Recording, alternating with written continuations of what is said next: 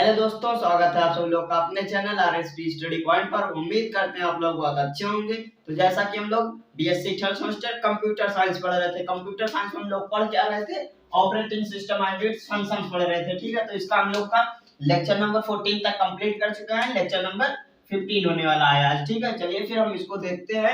अगर आप इस टॉपिक को या इस सिलेबस को सर्च करके देखना चाहते हैं तो आपको लिखना है operating system by RSP sir, या भाई आरएसपी लिख देंगे तब भी आ जाएगा आप। ठीक है, तो चलिए फिर इसके लिए हम ये क्वेश्चन है हमारा जो कि हमारे पेपर में इसी टाइप से क्वेश्चन पूछा जाता है।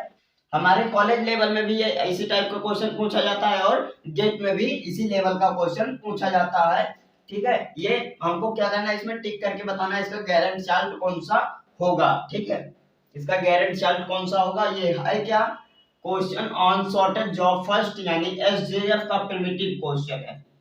एसजेएफ का प्रिमिटिव, एसजेएफ का प्रिमिटिव क्या है, अगर ये नॉन प्रिमिटिव होता तो कैसे होता, नॉन प्रिमिटिव होता तो और आसान था, लेकिन प्रिमिटिव में हमका थोड़ा सा ध्यान ज्यादा देना है। ठीक है, फिलहाल आसान ये भी है, ज्यादा कठिन नहीं है, क्योंकि बहुत ज्यादा आसान आसान क्वेश्चन पूछा जाता है। बस माइंड सेटअप रहना चाहिए, बस माइंड कंसंट्रेट करिए, क्वेश्चन आराम से समझ में आ जाएगा। ठीक है, तो चलिए फिर हम स्टार्ट करते हैं।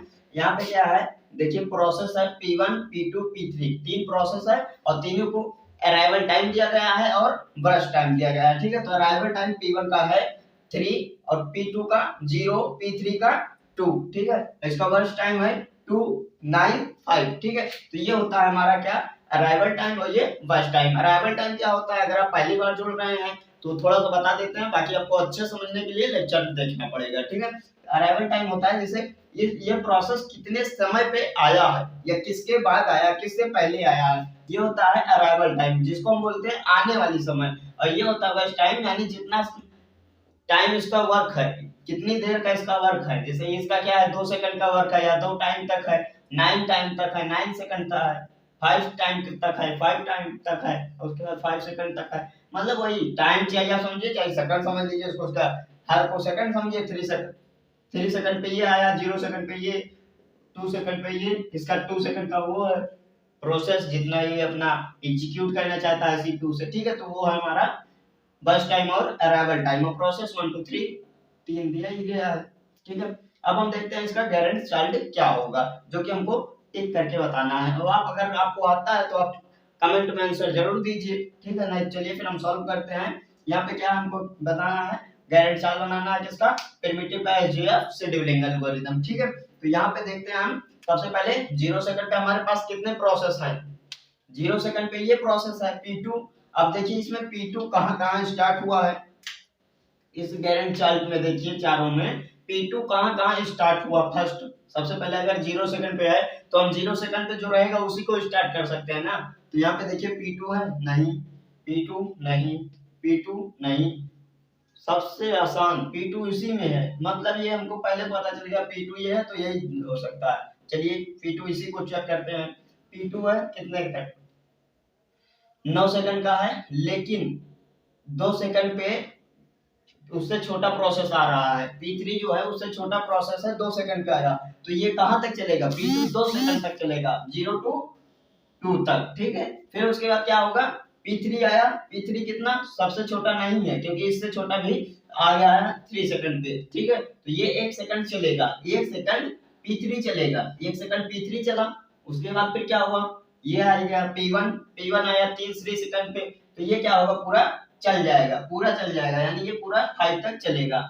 उसके बाद फिर क्या होगा, P3 चल जाएगा। P3 क्या है, ये जिसका जो टाइम बचा था शॉर्टेज वाला, क्योंकि इसका जो बचा है उसका 7 है, इसका 3 था, तो ये चल जाएगा 3 वाला, उसके बाद 7 वाला। ठीक है, तो ये हमारा क्या होगा, ऐसे कंप्लीट करेगा प्रोसेस अपना। ठीक, तो इसमें क्या होगा, ये ऑप्शन हमारा गलत हो जाएगा, ये भी गलत हो जाएगा, ये भी गलत हो जाएगा, तो ये हमारा सही हो जाएगा। ठीक है, अगर मान लीजिए आपसे पूछा जाता है सीटी और टीएटी और डब्ल्यूटी पूछा जाता है तो आप उसको भी निकाल सकते हैं। ठीक है, हम पिछली वीडियो में निकालने के लिए बताए हैं, इसमें ज्यादा टाइम हम नहीं लेंगे आपका, जो ज्यादा से ज्यादा 4-5 मिनट का ये वीडियो रहेगा।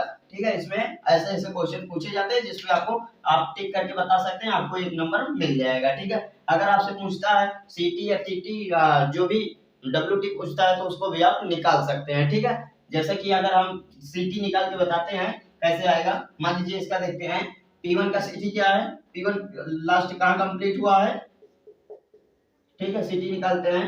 P1 कहाँ कंप्लीट हुआ, 5 पे। उसके बाद फिर कहाँ पे हुआ, P2 16 पे। P3 कंप्लीट हुआ है 9 पे। ये हो गया हमारा सिटी।